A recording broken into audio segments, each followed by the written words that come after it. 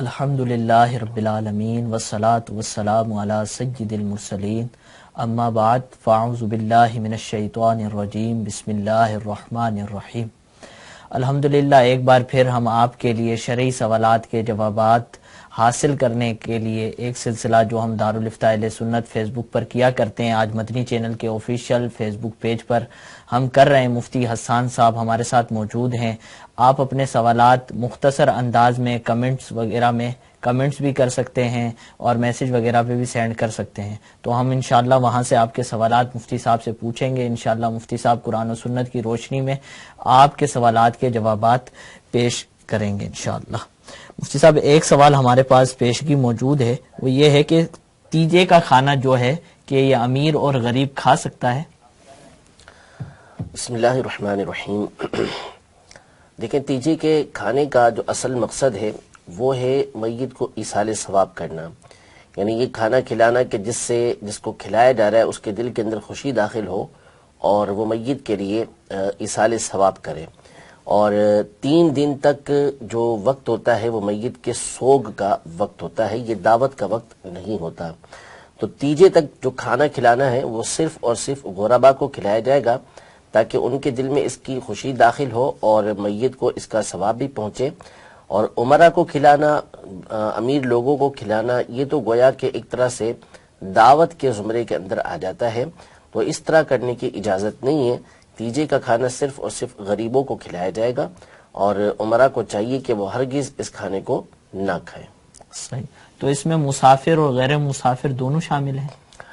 دیکھیں، شہر کے باہر سے جو آیا ہوا ہے یعنی میت کے رشتہ داروں میں سے، اور اب اس کے لیے کوئی ایسا انتظام نہیں ہے کہ کوئی دوسرا رشتہ دار اسے کھلائے، تو ٹھیک ہے، اس میں یہ ہو سکتا ہے کہ وہ کھا لے، لیکن اسے بھی چاہیے کہ حتی الامکان اس چیز سے اپنے آپ کو بچائے۔ صحیح۔ حافظ ذوالقرنین بھائی ہیں، پوچھ رہے ہیں کہ قضا نماز کا کیا طریقہ ہے، کیا آسانی ہو سکتی ہے ادا کرتے ہوئے؟ دیکھیں، سب سے پہلے تو یہ جان لیں کہ جو قضا نمازیں ہیں وہ فرض اور وتر واجب کی ادا کی جاتی ہیں، تو لہذا یہ نمازیں جو قضا ہوئی ہیں ان کو تو ہر صورت میں ادا کرنا ہے اور سب سے پہلے اللہ کی بارگاہ میں اس کی توبہ کرنی ہے۔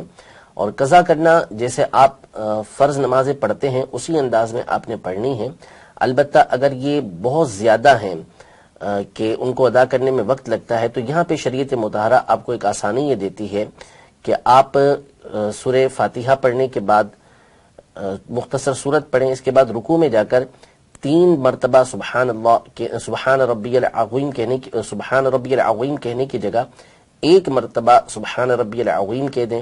اسی طرح سجدے میں 3 مرتبہ سبحان ربی الاعلیٰ کی جگہ 1 مرتبہ سبحان ربی الاعلیٰ کہہ لیں۔ اسی طرح جب التحیات کے اندر آپ بیٹھیں، یعنی دوسرے قعدے کے اندر، آخر قعدے کے اندر، تو اس میں اللہم صلی علی محمد و آلہ کہہ کے آپ سلام پھیر سکتے ہیں۔ تو یہ شریعت مطالعہ ان چیزوں کی آپ کو رخصت دیتی ہے جبکہ نمازیں بہت زیادہ قضا ہوں۔ اگر کچھ ہی قضا ہیں تو پھر اس صورت میں جس طرح عام طور پہ پڑھتے ہیں ویسے ہی ان کو پڑھنا چاہیے۔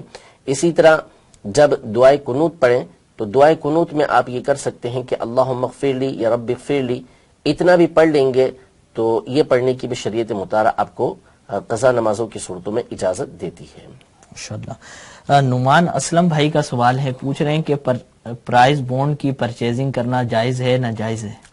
دیکھیں، ہمارے ملک میں اس وقت جو پرائز بونڈ چل رہے ہیں ان کی خرید و فروخت کرنے میں کوئی حرج نہیں ہے، اسے خرید بھی سکتے ہیں، بیچ بھی سکتے ہیں، اور اس پر جو انعام حاصل ہوتا ہے وہ حاصل ہونے والی رقم بھی حلال ہے، اسے استعمال کر سکتے ہیں۔ ایک بونڈ جو پریمیم بونڈ 40,000 کا نکلا تھا اور اس میں ایک مدت کے بعد کچھ رقم بطور جو ہے وہ سود کے دی جاتی تھی، یعنی وہ کوئی انعام کی نہیں ہوتی تھی، تو وہ بونڈ جو ہے وہ ناجائز تھا، لیکن وہ بھی تقریباً ختم ہو چکا۔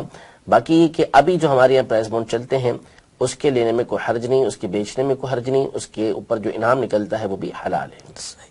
ساجد جٹ بھائی یہ کہہ رہے ہیں کہ 2 جماعتیں ایک ساتھ ہو سکتی ہیں مسجد میں؟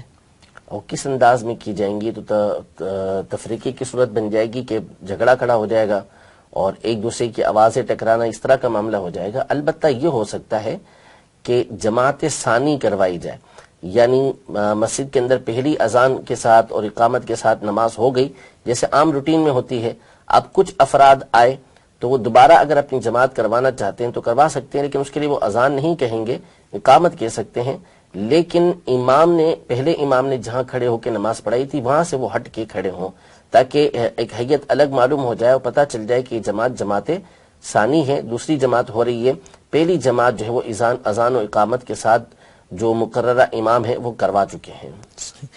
عمران حسین بھائی ہیں کہہ رہے ہیں کہ سجدہ تلاوت کا کیا طریقہ ہے؟ سجدہ تلاوت کا طریقہ یہ ہے کہ آپ نیت کریں، اللہ اکبر کہہ کے سجدے کے اندر چلے جائیں اور 3 مرتبہ سبحان ربی الاعلیٰ پڑھیں اور اللہ اکبر کر کے بیٹھ جائیں، تو یہ آپ کا سجدہ تلاوت ادا ہو گیا۔ کسی بھی وقت کر سکتے ہیں یا زوال کا وقت جو مکروہ اوقات ہیں 3 ان میں بھی دیکھیں اگر تو اسی وقت آپ نے، یعنی ویسے تو سجدہ تلاوت ہر وقت کر سکتے ہیں، جس وقت آپ نے کیا ہے جس وقت آپ نے آیت سجدہ جو ہے وہ پڑھی ہے اسی وقت سجدہ تلاوت آپ کر لیں، بہتر ہے۔ لیکن یہ جو 3 اوقات ہیں، سورج طلوع ہونے کے بعد سے لے کر 20 منٹ تک، سورج جب سر پر ہو جس کو زہوہ کبریٰ کہا جاتا ہے اور ہمارے ہاں عام طور پہ اس کو زوال کا وقت کہتے ہیں، اور سورج غروب ہونے سے جو 20 منٹ پہلے کا وقت ہے، اس وقت میں سجدہ تلاوت نہ کیا جائے۔ 2 صورتیں ہیں، اگر تو آپ نے پہلے آیت سجدہ پڑھی تھی اب اس وقت میں ادا کرتے ہیں تو گناہ کی بات ہے، اور پڑھی ہی اس وقت میں آپ نے آیت سجدہ ہے اب اس وقت کریں گے تو سجدہ تلاوت ادا تو ہو جائے گا، لیکن اس میں بھی بہتر یہ ہے کہ آپ اس مکروہ وقت کو نکالنے کے بعد پھر سجدہ تلاوت ادا کیجیے۔ صحیح۔ تصنیف رضا بھائی ہیں کہہ رہے ہیں کہ اگر کوئی شخص 4 رکعت نماز سنت ادا کر رہا تھا اور پہلی ہی رکعت میں غلطی سے بھول سے سورہ ناس کی تلاوت کر دی فاتحہ کے بعد، تو اب الٹا قرآن تو نہیں ہوگا، وہ پڑھے گا؟ اب وہ چاہے فرض ہو یا سنت موقدہ ہو، فرض میں تو حکم یہی ہے کہ اب آپ نے دوسری رکعت کے اندر بھی سورہ ناس ہی پڑھنی ہے، دوبارہ آپ نے سورہ فلق نہیں پڑھنی، کہ یہاں پر ایک تو تکرار ہے، تکرار یہ کراہت تنزیہ زیادہ سے زیادہ جبکہ جان بوجھ کر ہو، اور اگر یہاں تو اب مجبوری ہو گئی ہے لہذا اب پڑھنے میں کوئی مسئلہ نہیں ہے، لیکن الٹا قرآن پڑھنے کی اجازت نہیں ہے، تو دوسری رکعت میں بھی سورہ ناس ہی پڑھیں۔ اسی طرح جب آپ سنتیں پڑھ رہے ہوں تو جیسے سنت غیر موقدہ پڑھ رہے ہیں یا نوافل پڑھ رہے ہیں تو اس کی دوسری رکعت میں بھی آپ نے سورہ ناس ہی پڑھنی ہے، البتہ آخری جو 2 رکعتیں ہیں اس کے اندر آپ پیچھے سے دوبارہ پڑھ سکتے ہیں، کیونکہ یہ ایک طرح سے نئی 2 رکعتوں کے حکم کے اندر ہوتی ہیں، تو اس میں اگر کسی نے تیسری اور چوتھی رکعت کے اندر کوئی اور سورت پڑھی تو اس میں حرج نہیں ہے۔ البتہ سنت موقدہ کے اندر بہتر یہی ہے کہ سورہ ناس کے بعد دوبارہ آپ سورہ ناس ہی پڑھیں اور آخری 2 رکعتوں میں بھی سورہ ناس ہی کی تلاوت کیجیے۔ صحیح۔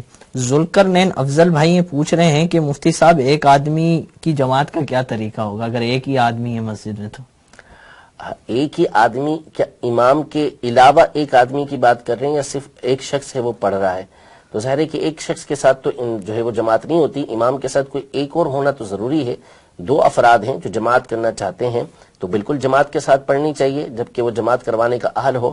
اس کا طریقہ یہ ہوتا ہے کہ ہمارے یہاں عام طور پہ پیچھے ہو کے کھڑے ہوتے ہیں، تھوڑا سا پیچھے ہو کے، ایسے نہیں کھڑا ہونا بلکہ امام کے متصل کھڑے ہوں، اتنا ہو کہ آپ کی ایڑی جو ہے وہ امام کی ایڑی سے آگے نہیں ہونی چاہیے، اس سے پیچھے ہو، امام کی ایڑی سے آگے نہ بڑھیں۔ لوگ 2 قدم 3 قدم پیچھے ہٹ کے کھڑے ہوتے ہیں تو اس کی کوئی ضرورت نہیں ہے، قریب ہو کے کھڑے ہو جائیں، بس اتنی احتیاط ہونی چاہیے کہ امام کی ایڑی سے آپ کی ایڑی آگے نہیں نکلنی چاہیے۔ صحیح۔ اسی سے ملتا جھلتا ناصر احمد بھائی ہیں، ان کا سوال ہے، پوچھ رہے ہیں کہ نماز جمعہ کے لیے کتنے جماعتیوں کا ہونا ضروری ہے؟ امام کے علاوہ 3 کا ہونا یہ ضروری ہے۔ صحیح ہے۔ فنائے مسجد میں امام صاحب کی رہائش بنا سکتے ہیں یا نہیں بنا سکتے؟ دیکھیں وہ پہلے سے اس میں بنانے کی بنائی بھی تھی یا بنانے کی نیت کی بھی تھی، یہ تو بہت تفصیل طلب سوال ہے، تو اس کے لیے تو براہ راست تعلق اہل سنت میں ہی رابطہ کیجیے کہ وہاں صورتحال کیا ہے۔ صحیح۔ محمد رضوان اتاری بھائی یہ کہہ رہے ہیں کہ نماز کا کوئی واجب چھوٹ گیا تھا جس کی وجہ سے سجدہ سہو کیا جائے گا، تو کیا اس میں سلام پھیرنا لازمی ہے؟ سنت مبارکہ ہے کہ سجدہ سہو، یعنی احناف کے نزدیک جو صحیح طریقہ کار ہے، سنت طریقہ کار ہے، وہ یہ ہے کہ سلام پھیرنے کے بعد پھر جو سجدہ سہو ادا کر رہے وہ کرے۔ ہاں اگر کسی نے سلام پھیرنے سے پہلے اگر سجدہ سہو کر لیا، یعنی اس نے سلام پھیرا نہیں، اللہ اکبر کہتے ہوئے 2 سجدے ادا کیے، اب دوبارہ بیٹھ کے اس نے تحیات پڑھی، درود ابراہیمی پڑھی، اور درود ابراہیمی پڑھ کر اس نے سلام پھیر دیا تو اس کی نماز تو ہو گئی، لیکن یہ مکروہ تنزیہ ہے، ناپسندیدہ ہے۔ سنت طریقہ کار یہی ہے کہ سلام پہلے ایک طرف پھیرے، پھر اس کے بعد جو ہے وہ 2 سجدے سہو کے ادا کرے۔ ماشاءاللہ مفتی صاحب آپ کے سوالات کے جوابات دے رہے ہیں. جو لوگ ابھی ہمارے ساتھ موجود ہیں وہ اس لائیو کو شیئر بھی کریں, لائک بھی کریں, اور اگر کوئی سوال پوچھنا ہے تو کمنٹ بھی کریں, تاکہ شیئرنگ سے یہ ہوگا کہ دوسرے لوگ بھی جوائن ہو سکیں گے, اور اگر ان کے ذہن میں بھی کوئی سوال ہے تو وہ مفتی صاحب سے پوچھ سکیں گے. امداد شیخ بھائی ہیں, پوچھ رہے ہیں کہ فرشتے کیسے پیدا ہوتے ہیں؟ فرشتے اللہ تبارک و تعالیٰ کے پیدا کرنے سے پیدا ہوتے ہیں. مسلم شریف کی حدیث مبارکہ ہے کہ خلقت الملائکۃ من نور, ملائکہ جو ہے وہ نور سے پیدا کیے گئے ہیں, یعنی ان کو نور سے بنایا گیا ہے. اب اس میں بعض مختلف روایتیں موجود ہوتی ہیں. فرشتے جو ہے وہ مختلف حیت کے ہوتے ہیں, مختلف شکلوں کے ہوتے ہیں. بعض جو ہے وہ چھوٹے قد کے, تو بعض درمیانے, تو بعض بہت بڑے بڑے فرشتے ہیں, جیسے سیدنا جبریل امین علیہ السلام. ان کے 600 پر احادیث کے مطابق موجود ہے, اور ایک ایک پر ایسا ہے کہ جو مشرق و مغرب کو بھر دیتا ہے. ان سے بھی بڑھ کر جو ہے وہ اسرافیل علیہ السلام ہیں. تو مختلف فرشتوں کے مختلف حلیے اور حیتیں بعض روایتوں کے اندر آئی ہیں. تو نور کے ذریعے ان فرشتوں کو پیدا کیا گیا ہے. صحیح. نور کی بات ہوئی ہے تو ایک سوال موجود ہے کہ آقا علیہ السلام کی اصلیت جو ہے وہ بشر ہے یا نور ہے؟ دیکھیں, نبی کریم صلی اللہ تعالیٰ علیہ وآلہ وسلم اپنی اصل کے اعتبار سے نور ہیں, اور بشر آپ کو بنا کر اس دنیا کے اندر بھیجا گیا ہے کہ نبی کریم صلی اللہ تعالیٰ علیہ وآلہ وسلم کے مبارک نور کو تمام مخلوق سے پہلے اللہ تبارک و تعالیٰ نے پیدا فرمایا ہے. تو نور دو طرح کے ہوتے ہیں. نور ایک وہ ہوتا ہے کہ جو حسی کہلاتا ہے, دوسرا وہ ہوتا ہے جو عقلی کہلاتا ہے. حسی وہ کہ جسے آنکھوں سے دیکھا جا سکے اور جس کے ذریعے سے ہمیں واضح طور پر راستہ یہ ملتا ہو. جیسے یہ لائٹیں ہیں, ان کے ذریعے سے روشنی ہوئی ہوئی, یہ خود بھی روشن ہے, دوسری چیزوں کو روشن کر رہے ہیں کہ جس کے ذریعے سے راستہ ہمیں معلوم ہوتا ہے. سورج ہے, چاند ہے, ان کے ذریعے سے راستہ معلوم ہوتا ہے. تو یہ نور حسی کہلاتے ہیں. اور دوسرا نور عقلی ہوتا ہے, نور مانوی ہوتا ہے, کہ بظاہر وہ نور کے طور پہ ہمیں نظر نہیں آتے, لیکن ان کے ذریعے سے بھی ہدایت مل رہی ہوتی ہے, راستہ مل رہا ہوتا ہے. جیسے قرآن ہے, اسلام ہے. نبی کریم صلی اللہ تعالیٰ علیہ وآلہ وسلم کی ذات کے اندر اللہ تبارک و تعالیٰ نے دونوں طرح کے نور رکھے ہوئے ہیں. ایک تو آپ نور عقلی تو ہیں, نور مانوی تو ہیں, کیونکہ ہر ایک جانتا ہے کہ آپ علیہ السلام کے ذریعے لوگوں کو ہدایت حاصل ہوتی ہے اور ہوتی رہے گی. اور اسی طرح نبی کریم صلی اللہ تعالیٰ علیہ وسلم کو نور حسی میں سے ایک بہت بڑا حصہ عطا کیا گیا کہ آپ علیہ السلام کے چہرہ مبارکہ پر ایسی چمک دمک تھی کہ آپ کہیں تشریف لے جاتے تو وہ جگہ روشن ہو جایا کرتی تھی. حضور علیہ السلام جب مسکراتے تو آپ کے مبارک دانتوں کے درمیان سے ایسا نور نکلا کرتا تھا کہ دیواریں جگمگ کرنے لگتی تھیں. تو یوں اللہ تبارک و تعالی نے نبی کریم صلی اللہ تعالی علیہ وآلہ وسلم کو حسی نور سے بھی ایک بہت بڑا حصہ عطا فرمایا تھا. ماشاءاللہ. حافظ عمر فیاض بھائی ہیں, پوچھ رہے ہیں کہ کیا کپڑے چینج کرنے سے وضو ختم ہو جاتا ہے, ٹوٹ جاتا ہے؟ یہ ایک غلط فہمی ہے کہ اپنا یا دوسرے کا ستر دیکھنے کی وجہ سے وضو ٹوٹ جاتا ہے. یہ تو یاد رہے کہ دوسرے کا ستر دیکھنا یہ ناجائز و حرام ہے بلا اجازت شرعی. جہاں پر شریعت نے اجازت دی, جیسے علاج وغیرہ کی صورتوں میں ڈاکٹر کو بعض اوقات اجازت ملتی ہے, تو اس کے علاوہ بلا اجازت شرعی اگر کسی دوسرے کا ستر دیکھا تو یہ ہے تو بہت بڑا گناہ, لیکن اس طرح دیکھنے سے کسی کا وضو نہیں ٹوٹتا. ہاں اگر اس طرح کا ناجائز کام کسی نے کر لیا ہے تو بہتر یہ ہے کہ وہ وضو کر لے, اور اپنا ستر دیکھا تو اس صورت میں بھی وضو نہیں ٹوٹتا. تو یہ غلط فہمی ہے. اسی طرح بعض لوگوں کے جو ہے وہ یہ پہلے بہت مشہور تھا عورتوں کے حوالے سے کہ اگر کسی نے وضو کرنے کے بعد شیشہ دیکھ لیا تو اس کا وضو ٹوٹ جائے گا. تو ایسا کچھ نہیں ہے, شیشہ دیکھنے سے وضو نہیں ٹوٹتا. صحیح. منا خان ہے, پوچھ رہے ہیں کہ کیا عقیقہ کرنا ضروری ہے, فرض ہے, واجب ہے, کیا ہے؟ فرض و واجب نہیں ہے, سنت مبارکہ ہے. جس کے پاس وسعت ہو اسے چاہیے کہ وہ ضرور عقیقہ کرے. کہ عقیقے کے بارے میں یہ فرمایا گیا کہ بچہ اپنی بلاؤں کے ساتھ گرا ہوا ہوتا ہے, یعنی گھیرے کے اندر ہوتا ہے. جب عقیقہ کیا جاتا ہے تو اس سے اس کی بلائیں یہ دور ہو جاتی ہیں. تو جس کے اندر وسعت ہے, قدرت ہے, اسے چاہیے کہ وہ ضرور اپنی اولاد کا عقیقہ کرے. لیکن اگر کوئی شخص عقیقہ نہیں کرتا تو اس صورت میں اس کو گناہگار نہیں کہا جائے گا کہ یہ سنت مؤکدہ نہیں ہے. صحیح. یہ بھی ایک سوال ہوتا ہے عقیقے کے ساتھ ہی کہ لڑکے کے لیے 2 کا کرنا ہی ضروری ہے کہ 2 بکرے ہوں, یا اور لڑکی کے لیے کہ بکری ہو, تو یہ کیا ضروری ہے؟ دیکھیں ضروری تو جب عقیقہ نہیں تو پھر یہ چیزیں بھی ضروری نہیں. بہتر یہ ہے کہ جب عقیقہ کیا جائے تو لڑکے کے لیے 2 بکرے کیے جائیں اور لڑکی کے لیے 1 بکری کی جائے. لیکن اگر کوئی لڑکے کے لیے 1 بکری کر لیتا ہے یا 1 بکرا کر لیتا ہے یا لڑکی کے لیے 2 بکرے کر لیتا ہے تو اس کی کوئی ممانعت نہیں ہے, اس میں کوئی حرج نہیں ہے. صحیح. ابراہیم رضا بھائی ہیں, پوچھ رہے ہیں کہ کیا جانوروں, کیڑے مکوڑوں کی روح بھی حضرت اسرائیل علیہ السلام قبض کرتے ہیں یا کوئی اور؟ جی, فتاوی حدیثیہ کے اندر حافظ ابن حجر حتمی رحمۃ اللہ تعالی علیہ سے اس کا سوال ہوا تو آپ نے پھر ائمہ کے حوالے سے اس بات کو بیان کیا کہ ان کی روح, کیونکہ ان کے اندر روح ہوتی ہے تو روح کو حضرت اسرائیل علیہ السلام ہی جو ہے وہ قبض کرتے ہیں. صحیح. طالب حسین بھائی ہیں, پوچھ رہے ہیں کہ ایک آدمی نے حج کیا ہوا ہے, وہ آدمی کہتا ہے کہ میں نے قربانی دینی ہے, ماں باپ کی قربانی دوں یا پہلے اپنی قربانی کروں؟ انہوں نے حج سے بھی قربانی کو جوڑا ہے. یعنی اپنی یا والدین کی طرف سے جو قربانی ہے وہ کس اعتبار سے؟ اگر تو آپ یہ پوچھ رہے ہیں کہ بقرہ عید کے دن آ چکے ہیں اور اس میں آپ جو قربانی کرنا چاہتے ہیں, تو دیکھیں اگر والدین حیات ہیں اور ان کے اوپر قربانی واجب ہے تو ان کے اوپر واجب ہے. ہاں, ان کی اجازت سے آپ کر سکتے ہیں, ان کی طرف سے کرنے کی آپ کو اجازت ہے. اور اگر آپ کے اوپر واجب ہوتی ہے تو پھر تو ضروری ہے کہ آپ نے اپنی طرف سے قربانی جو ہے وہ لازمی طور پر کرنی ہے. صحیح. علی رضا بھائی ہیں, 2-3 بار یہ سوال پوچھ چکے ہیں, پوچھ رہے ہیں کہ قضا نماز پڑھنی ہے انہوں نے اور قمیض نہیں پہنی ہوئی, اوپر سے بڑی چادر وغیرہ کو ڈال لی ہے, تو اس طرح نماز پڑھ سکتے ہیں یا نہیں پڑھ سکتے؟ دیکھیں, ہمارے عرف میں جو لباس ہے وہ چادر پہن کر عام طور پہ لوگ نہیں جو ہے وہ نماز پڑھتے اور نہ ہی اس طرح باہر نکلتے ہیں. تو نماز تو بہرحال اس کی ہو جائے گی کہ احرام میں بھی ہم اس طرح چادر پہن کے نماز پڑھتے ہی ہیں, لیکن بہتر طریقہ کار یہ ہے کہ آپ باقاعدہ قمیض پہنیں. کیونکہ مثال کے طور پر اگر دروازہ بجتا ہے اور کوئی معزز ہستی آپ کے دروازے پر آئی ہوئی ہوتی ہے تو کیا آپ اس طرح چادر اوڑھ کے اس کے سامنے چلے جائیں گے؟ ہرگز نہیں جائیں گے. تو نماز میں آپ رب العزت جل وعلا کی بارگاہ میں حاضر ہو رہے ہوتے ہیں, تو اس لیے آپ کو چاہیے کہ آپ نماز جب پڑھیں تو اس کا پورا اہتمام کریں اور اہتمام کے ساتھ آپ جو ہے وہ نماز کے لیے حاضر ہوں. قمیض موجود ہی ہوگی, ظاہر سی بات ہے کہ قمیض نے جانا کہاں ہے, تو وہ تھوڑی سی سستی ہو جاتی ہے, تو اس سستی کو دور کیجئے, نماز کو اہمیت دیجئے اور قمیض پہن کر پھر نماز کو ادا کیجئے. صحیح. محمد یاسین بھائی ہیں, آپ کو سلام کہہ رہے ہیں علیکم وعلیکم السلام, اور پوچھ رہے ہیں حضور مکروہ وقت کا بھی آپ نے ذکر کیا ہے, تو یہ مکروہ وقت جو 3 آپ نے بتائیں, اس کا ذکر قرآن میں ہے یا حدیث میں ہے, ہمیں بھی بتائیں. اس کا تذکرہ صحیح حدیثوں کے اندر موجود ہے کہ نبی کریم صلی اللہ تعالی علیہ وسلم نے ان 3 اوقات میں نماز پڑھنے سے منع فرمایا ہے. سیاہ ستہ کی صحیح احادیث مبارکہ کے اندر ان اوقات کا تذکرہ یہ موجود ہے. صحیح. محمد ذیشان شیخ بھائی ہیں, پوچھ رہے ہیں کہ داڑھی میں خط کہاں تک بنوا سکتے ہیں؟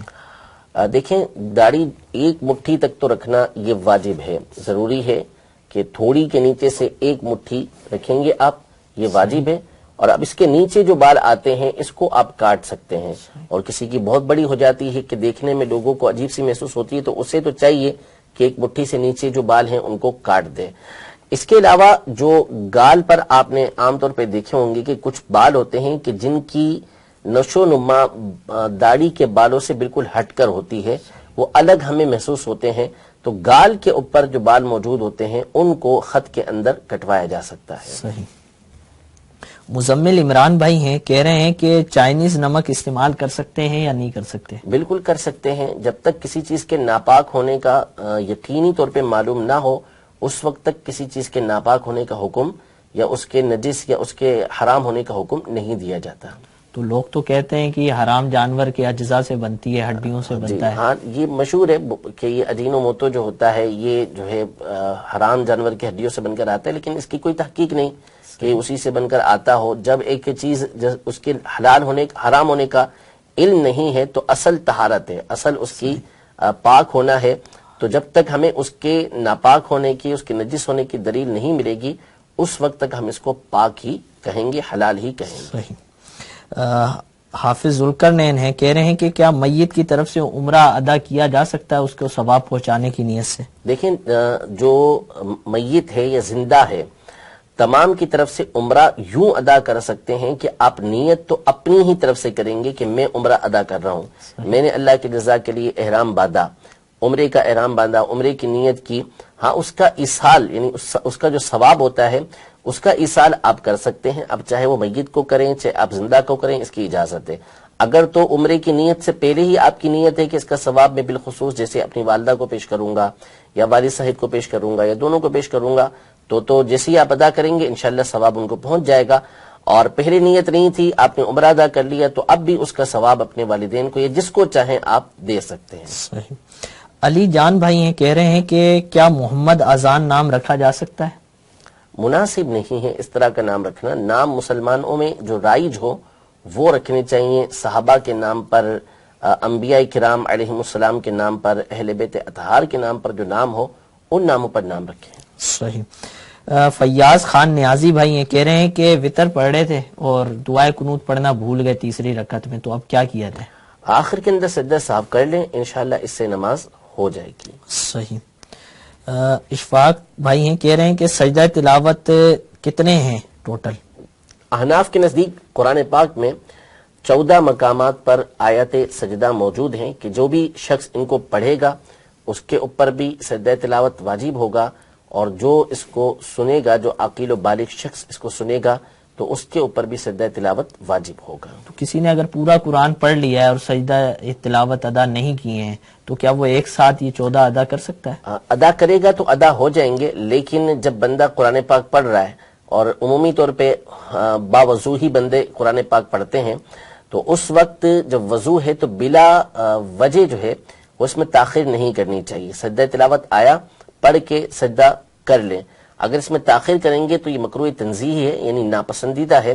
لہذا اگر کسی نے ایک ساتھ بھی 14 ادا کیے تو وہ 14 ادا ہو جائیں گے، لیکن بلا جو ہے وہ ضرورت ایسا کرنا نہیں چاہیے. صحیح.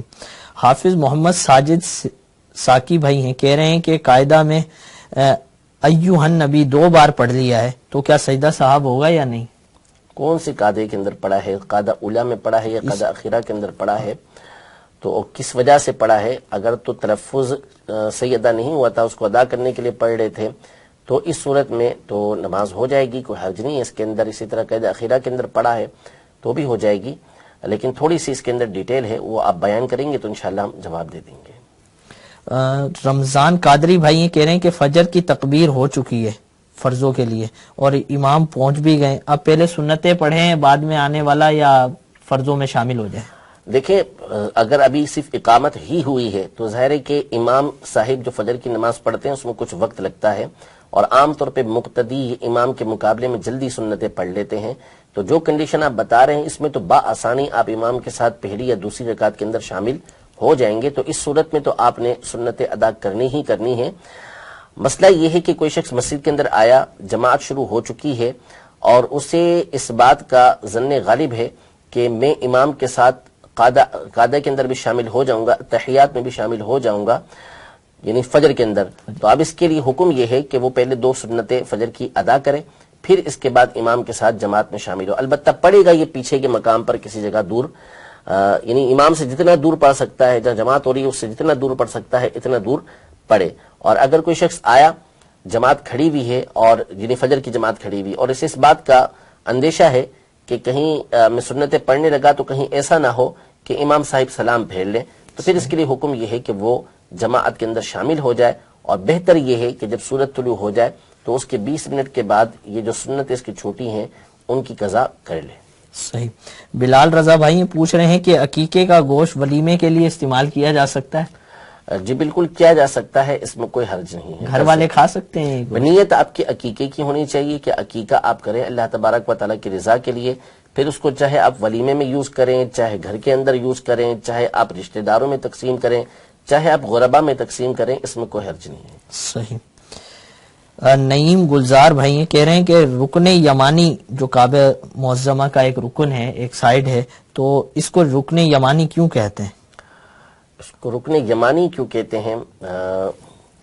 یمانی ابھی معلوم نہیں، غالباً یہ یم سے نکلا ہے، برکت والا، یا یہ یمن کی طرف ہے اس بنیاد پر اس کو یمانی کہا جاتا ہے، یا یہ سیدھی جانب ہے اس بنیاد پہ اس کو یمانی کہا جاتا ہے. فی الوقت تو میرے علم میں یہ بات نہیں ہے. ایک سوال یہ ہے کہ کیا جمعہ مبارکہ کو، جمعۃ المبارکہ کو کپڑے دھو سکتے ہیں یا نہیں دھو سکتے؟ مشین لگا سکتے ہیں گھر والے؟ نہیں لگا سکتے؟ جی بالکل لگا سکتے ہیں، اس میں کوئی حرج نہیں کپڑے دھونے میں۔ البتہ جمعے کی نماز سے پہلے مرد حضرات کو یہ چاہیے کہ وہ کسی ایسے کام کے اندر مشغول نہ ہو کہ جو انہیں جمعے کی ادائیگی کے لیے روکنے والا ہو۔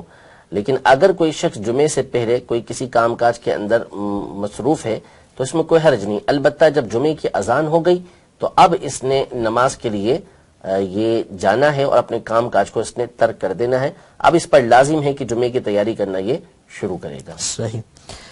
شخاوت حسین بھائی ہیں، پوچھ رہے ہیں کہ نماز جمعہ میں 2 رکعت کے علاوہ جو فرض ہیں تو اس کے علاوہ جو سنتیں اور نفل پڑھنے ہیں تو اس میں بھی کیا جمعے کی نیت کی جائے گی یا ظہر کا نام لیا جائے گا؟ اس میں جمعے ہی کی نیت کی جائے گی۔ جیسے 4 سنتیں جو پہلے پڑھتے ہیں تو اس کو قبلیہ سنتیں، جمعے سے پہلے کی سنتیں، جو 4 سنتیں بعد میں پڑھتے ہیں وہ جمعے کے بعد کی 4 سنتیں، اس نیت کے ساتھ اسے ادا کیا جائے گا۔ اس میں ظہر کا نام لینے یا ظہر کی نیت کرنے کی ضرورت نہیں ہے۔ صحیح ہے۔ سمیع آفتاب بھائی یہ پوچھ رہے ہیں کہ کیا داڑھی کے بغیر امام کے پیچھے نماز ہو جائے گی؟ مکروہ تحریمی ہوگی۔ ایسا امام کے جو داڑھی مڑواتا ہے یا ایک مٹھی سے کم کرواتا ہے وہ فاسق معلن ہے، اور اس کے پیچھے نماز مکروہ تحریمی واجب العیادہ ہے۔ صحیح۔ محمد الیاس نقشبندی بھائی ہیں، کہہ رہے ہیں کہ مفتی صاحب السلام علیکم، وعلیکم السلام ورحمۃ اللہ وبرکاتہ۔ میرا سوال یہ ہے کہ قیام میں سورہ فاتحہ کی قرات میں اعادہ کرنا کیسا؟ بار بار سورہ فاتحہ پڑھنا؟ دیکھیں اکثر یا مکمل سورہ فاتحہ کو پڑھا دوبارہ تو اس صورت میں جان بوجھ کے پڑھا تو دوبارہ نماز پڑھنا پڑے گی، اور غلطی سے ایسا ہوا تو پھر اس صورت میں نماز واجب العیادہ، یعنی اس صورت میں سجدہ سہو جو ہے وہ لازم ہوگا۔ اگر سجدہ سہو کر لیا تو اس صورت میں نماز ہو جائے گی۔ مدثر افضل بھائی ہیں، کہہ رہے ہیں کہ شادی بیاہ میں آج کل فوٹوگرافی کرائی جاتی ہے، کیمرہ مین کو بلایا جاتا ہے، تو یہ کام کرنا کیسا ہے؟ دیکھیں ایک ہے تصویر، کہ جو تصویر آپ ڈیجیٹل کیمرے کے ذریعے سے بنا رہے ہیں، علماء کی اکثریت نے اس کی اجازت دی بھی ہے کہ جو ڈیجیٹل کیمراز کے ذریعے تصویر بنائی جاتی ہے یا جو ویڈیو مووی بنائی جاتی ہے، اس کی تو اجازت ہے، یعنی اس اعتبار سے اجازت ہے کہ اس کو تصویر نہیں کہا جاتا، اس پر تصویر کے احکام نہیں لگتے، لیکن ظاہر ہے کہ اس کا مطلب یہ نہیں کہ آپ کو کسی غلط کام کی اجازت ملے گی۔ مثال کے طور پہ یہاں کچھ افراد بیٹھے ہیں، ان کو دیکھنا میرا جائز ہے شرعن کہ میں براہ راست ان کو دیکھ رہا ہوں، لیکن ان کی جگہ اگر عورتیں ہوں، ایسے افراد موجود ہوں کہ جن کو دیکھنا شرعن درست نہ ہو تو ظاہر ہے کہ اس کو دیکھنے کی اجازت نہیں ہوگی۔ تو اسی طرح تصویر بنانا ایک الگ چیز ہے۔ اب آپ تصویر بنا کس کے رہے ہیں اس چیز کو دیکھا جائے گا۔ اب آپ شادی بیاہ کی محفل کے اندر جاتے ہیں، ان کے فنکشنز میں جاتے ہیں اور وہاں پہ بے پردہ عورتوں کی جا کے آپ تصویریں بنا رہے ہیں، یا وہاں پہ میوزک چل رہا ہے وہاں پہ آپ جا کے تصویریں بنا رہے ہیں، تو ظاہر ہے اس کی شرعن اجازت نہیں ہے، ناجائز و گناہ ہوگا۔ ویسے ہی آپ محفل میں گئے، شادی کی فنکشن ہے، اس میں کوئی بے پردگی نہیں ہے، کوئی اس کے اندر میوزک نہیں ہے، اور آپ مرد حضرات کی ویسے ہی تصویریں بنا رہے ہیں تو اس کے بنانے میں حرج نہیں ہے۔ تو پرنٹ آؤٹ بھی اس کیمرے کی پرنٹ آؤٹ ایک الگ چیز ہے، لیکن ڈیجیٹل کیمرے کے اندر جب تک وہ موجود ہیں تو یہ ایک ریز کا حکم رکھتی ہیں، شعاع کا حکم رکھتی ہیں۔ جیسے شیشہ ہے، آئینہ ہے، پانی کے اندر آپ نے اپنا عکس دیکھا ہے، تو اسی طرح ان کی ایک حیثیت ہے، لیکن جب آپ اس کا پرنٹ آؤٹ نکالیں گے تو پھر تو یہ تصویر کے حکم میں آئے گی اور یہ ناجائز و حرام ہے۔ صحیح۔ تو مفتی صاحب ہمارے ساتھ موجود ہیں، آپ کے سوالات کے جوابات بھی دے رہے ہیں، جلدی جلدی اس لائیو کو شیئر کریں۔ تو مفتی صاحب یہ تو ہو گیا شادی کا، اب یہ شادی میں یہ بھی ہوا کرتا ہے کہ نیوتا دیا جاتا ہے، تو وہ اس کے بارے میں کیا حکم ہے؟ یہ بھی سوال ہمیں ملا ہے۔ ہاں بالکل جائز ہے، اس میں کوئی مسئلہ نہیں ہے کہ شادی کے اندر آپ جو رقم دیتے ہیں یعنی تحفے کے طور پہ دی جاتی ہے دولہا کو یا دلہن کو، رشتہ داروں کی طرف سے، دوست احباب کی طرف سے، تو اس میں کوئی حرج نہیں، دے سکتے ہیں، اور پھر اس کے بعد بدلے کے طور پر بعد میں دیا جاتا ہے تو اس میں بھی کوئی حرج نہیں، بعد میں دیا جا سکتا ہے۔ البتہ اگر کوئی کسی کو اس بنیاد پر طعن و تشنیع کرتا ہے کہ دوسرے نے دیے نہیں ہیں، یا اس کے اوپر یہ لازم کر دیا جاتا ہے کہ جتنے ہم نے دیے ہیں اس سے زیادہ دینے ہیں، تو پھر یہ ناجائز ہے، پھر یہ غلط ہو جائے گا۔ صحیح۔ محمد عابد بھائی کا سوال ہے، کہہ رہے ہیں کہ 786 لکھنے سے بسم اللہ کی برکت حاصل ہو جاتی ہے یا نہیں؟ نہیں، دیکھیں 786 لکھنا جائز ہے اور اس کو ضرورت کی وجہ سے لکھا جاتا ہے، لیکن یہ نہیں کہا جائے گا کہ بسم اللہ الرحمن الرحیم کے قائم مقام ہو گئے اور ثواب جو ہے اس کی جگہ ملے گا، ایسا نہیں۔ اچھی نیت کے ساتھ لکھیں گے تو لکھنے کا ثواب اپنی جگہ ہے، لیکن بسم اللہ الرحمن الرحیم کا جو مقام ہے اس کا جو لکھنے کا ثواب ہے وہ اس کے ذریعے سے حاصل نہیں ہوگا۔ صحیح۔ بشیر احمد بھائی پوچھ رہے ہیں کہ بغیر وضو کے اذان دی جا سکتی ہے؟ آج کل کئی مؤذن کہہ رہے ہیں کہ اذان دیتے ہیں بغیر وضو کے۔ مکروہ ہے اس طرح کرنا۔ حدیث پاک میں فرمایا کہ لا یؤذن الا متودع، کہ اذان وہی دے کہ جو باوضو ہے، تو باوضو اذان دینی چاہیے، بے وضو اذان نہیں دینی چاہیے۔ برہان ہیں کہہ رہے ہیں کہ 6 تولہ سونا ہے، اس پر زکوٰۃ ہوگی یا نہیں ہوگی؟ اگر صرف اور صرف یہ 6 تولہ سونا ہے، اس کے ساتھ نہ آپ کے پاس چاندی ہے، نہ ضرورت کے علاوہ آپ کے پاس رقم موجود ہے، نہ بیچنے کا سامان آپ کے پاس موجود ہے، صرف 6 تولہ سونا ہے، تو اس پر تو زکوٰۃ واجب نہیں ہے۔ اگر اس 6 تولے کے ساتھ آپ کے پاس کچھ چاندی ہوتی، کچھ ضرورت کے علاوہ رقم ہوتی، کچھ بیچنے کا سامان ہوتا، تو پھر اس کے ساتھ اس کو ملا دیا جاتا اور دونوں کا مجموعہ یقینی طور پر یہ ہمارے دور کے اعتبار سے 52.5 تولہ چاندی کی رقم کے برابر یا اس سے زیادہ ہو ہی جائے گا، تو اس صورت میں اس کے اوپر زکوٰۃ لازم ہو جائے گی۔ مظہر علی بھائی ہیں کہہ رہے ہیں کہ اگر کوئی جل جائے اور چھالا ہو جاتا ہے جلنے سے اور پھر وہ پھٹ جائے تو اس سے کیا وضو ٹوٹ جائے گا؟ اس چھالے کے پھٹنے سے پانی وغیرہ بھی نکلتا ہے؟ اگر دیکھیں پانی نکلا ہے، پانی بہہ کر نکلا ہے، تو پھر اس صورت میں تو اس کا وضو ٹوٹ جائے گا، اور پانی وغیرہ نہیں نکلا، سوکھ جاتا ہے بعض اوقات چھالا، اور پھر اس کا وہ سوکھ گیا اور وہ پھٹ گیا، تو ظاہر ہے کہ اس سے وضو نہیں ٹوٹے گا۔ ہاں اس کا پانی بہہ گیا تو پھر اس صورت میں وضو ٹوٹ جائے گا۔ صحیح۔ ازمان علی ہیں کہہ رہے ہیں کہ قبرستان روزانہ جانا چاہیے، کبھی کبھی جانا چاہیے، مہینے بعد جانا چاہیے، کیا کس طرح جائیں؟ دیکھیں قبرستان روز بھی جا سکتے ہیں اور وقفے وقفے سے بھی جا سکتے ہیں۔ اصل قبرستان جانے کا جو مقصود ہے وہ ہے فَإِنَّهَا تُذَكِّرُ الْآخِرَةَ، کہ قبروں کی جو زیارت ہوتی ہے، ان کو جو دیکھنا ہوتا ہے، وہ بندے کو آخرت کی یاد دلاتی ہے اور دنیا سے بے رغبت کرتی ہے۔ تو بندہ اس نیت کے ساتھ جائے، اگر روز جانے کی وجہ سے اس کو یہ فائدہ حاصل ہو رہا ہے تو پھر روز جائے، ورنہ جو دین مقرر کیے ہیں شریعت نے بہتر دین، جیسے جمعرات کو، جمعے کو، ان دنوں کے اندر جانا، شب برات کو جانا، تو ان ایام کے اندر تو جایا کرے تاکہ اس کے دل کے اندر بھی نرمی پیدا ہو اور آخرت کی اسے یاد پیدا ہو۔ کیا عورت اپنے والدین کی قبر پر جا سکتی ہے قبرستان؟ نہیں، عورت اپنے والدین یا کسی بھی محرم کے قبر پر نہیں جا سکتی۔ دیکھیے قبر پر جانے کا مقصد کیا ہے؟ اصل مقصد تو ظاہر ہے کہ ہمارا اللہ تبارک و تعالیٰ کی بارگاہ میں قرب حاصل کرنا ہوتا ہے، کہ ہم اللہ تبارک و تعالیٰ کی بارگاہ میں قرب حاصل کریں، اللہ تبارک و تعالیٰ کو راضی کریں اور اپنے والدین کو ایصال ثواب کریں۔ تو ایصال ثواب کے لیے کوئی شرط نہیں کہ آپ قبر کے پاس جا کر ہی ان کے لیے کچھ پڑھیں، آپ گھر کے اندر ہی پڑھ سکتی ہیں، گھر سے انہیں ایصال ثواب کریں۔ عورتوں کو قبرستان جانے سے علماء نے منع فرمایا ہے۔ ہمارے سلسلے کا ٹائم اب ختم ہوا جاتا ہے، ہم آپ سے اجازت چاہتے ہیں، انشاءاللہ دوبارہ یہ سلسلہ لے کر حاضر ہوں گے، تو ہمارے ساتھ جوائن رہیں۔ جن کے سوالات شامل نہیں کیے جا سکے تو ان سے معذرت خواہ ہیں، وہ اپنے سوالات میسج میں بھیج دیں، انشاءاللہ ان کو ممکنہ صورت میں ہم جوابات سینڈ کر دیں گے۔ السلام علیکم۔